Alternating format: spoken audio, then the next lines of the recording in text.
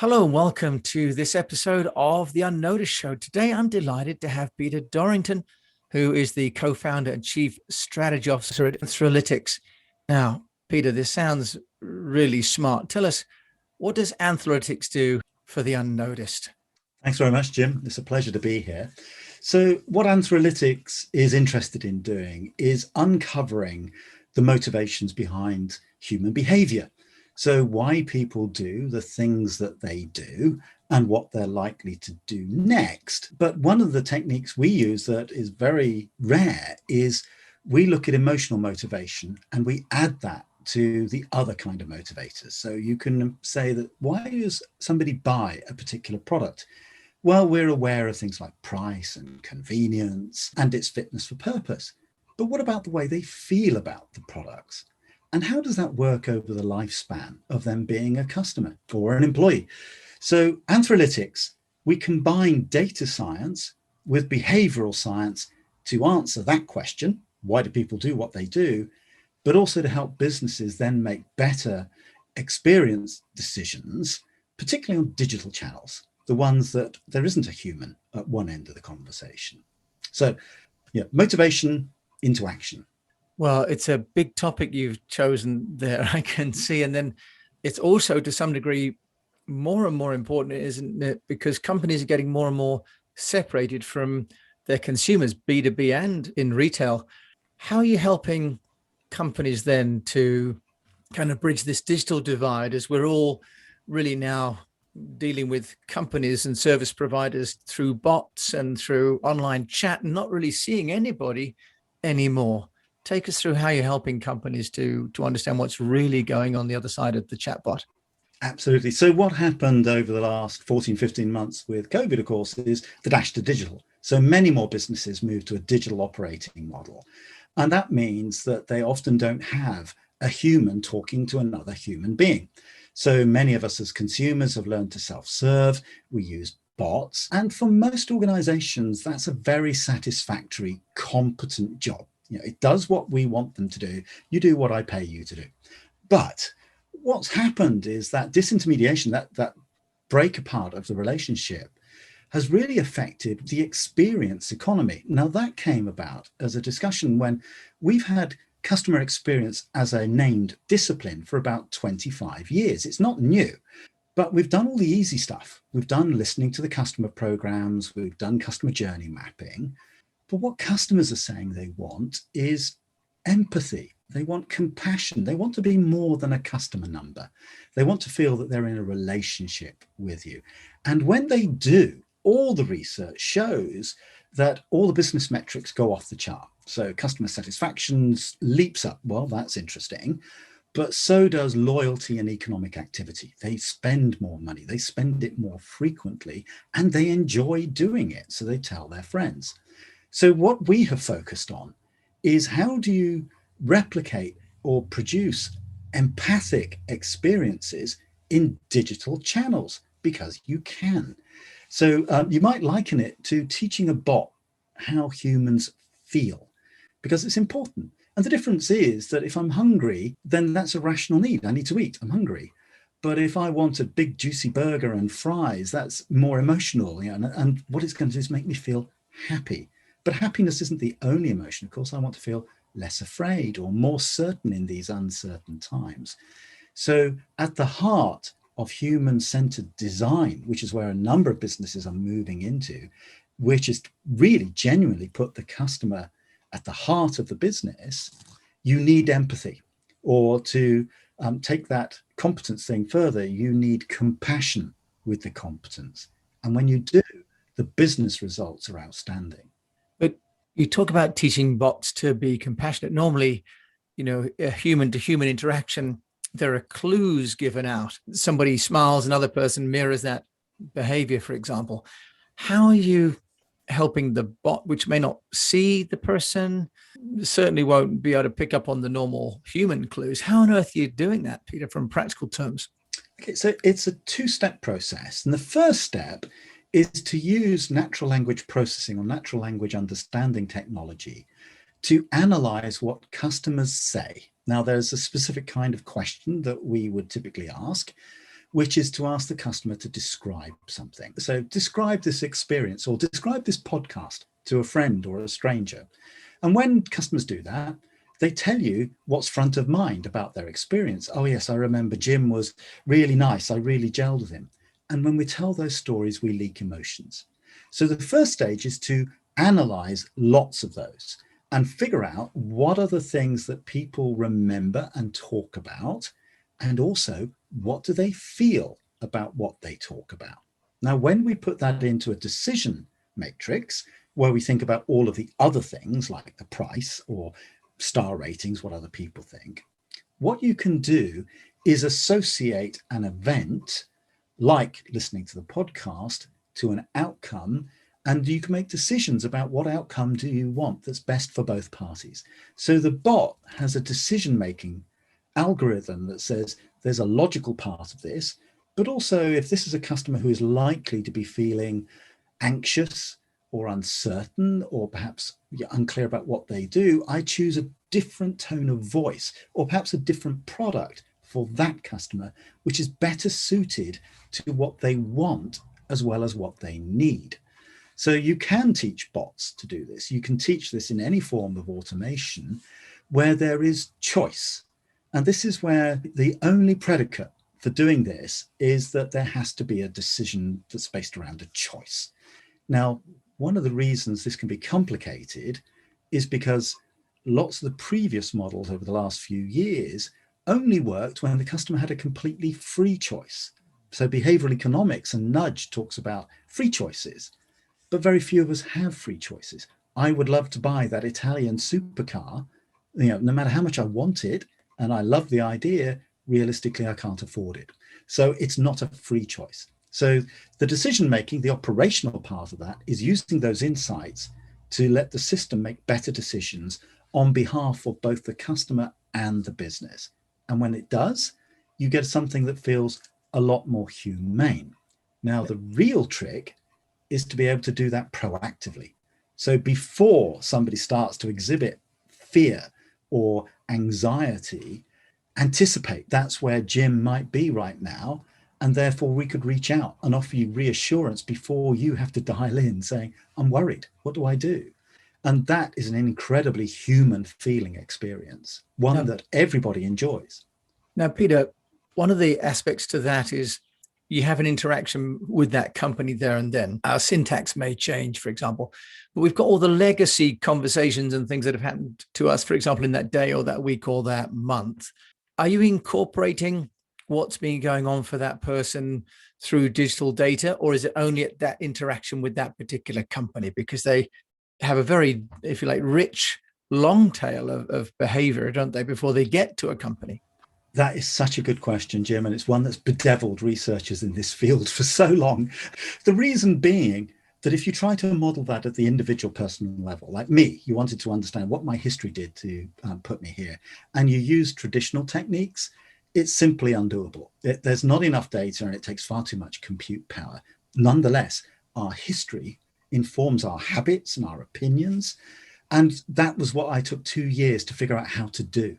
And in doing so, and I'm not going to talk too much about how I do that because that's in the black box, what we cracked was how we could extend that across an entire customer base of tens of millions of customers and update it every single day based upon what has happened for that customer. So rather than try and do regression, which is to build a really big complicated model or throw AI at it, what we came up with was a much more straightforward technique, which was incredibly efficient, needs relatively little computing power. And although it's never going to be 100% accurate, and I don't think any behavioral model ever will, because there are too many other things going on in our lives, it is way better than anything else that was out there. So to give you an example of what that means, you probably get offers from a marketing department where they've used a predictive model and they put you into a segment and you are customer segment A1 or whatever they want to call it. And that's great. And there's a lot of people in your segment. But what we would say is that angry customers within segment A1 will respond very differently from happy customers in segment A1. But if you treat them both the same, you'll probably irritate both of them. But if you could tell the difference, then you could treat those customers differently according to their needs. And that's where the slight differentiation of the golden rule comes around, which is we're much more focused on saying, treat customers the way that they want to be treated, not the way that you want to be treated. After all, the customer should be at the center of your thinking. So in that sense, you're using legacy data from that customer within your own organization rather than what they've done before they got to your organization. Is that right?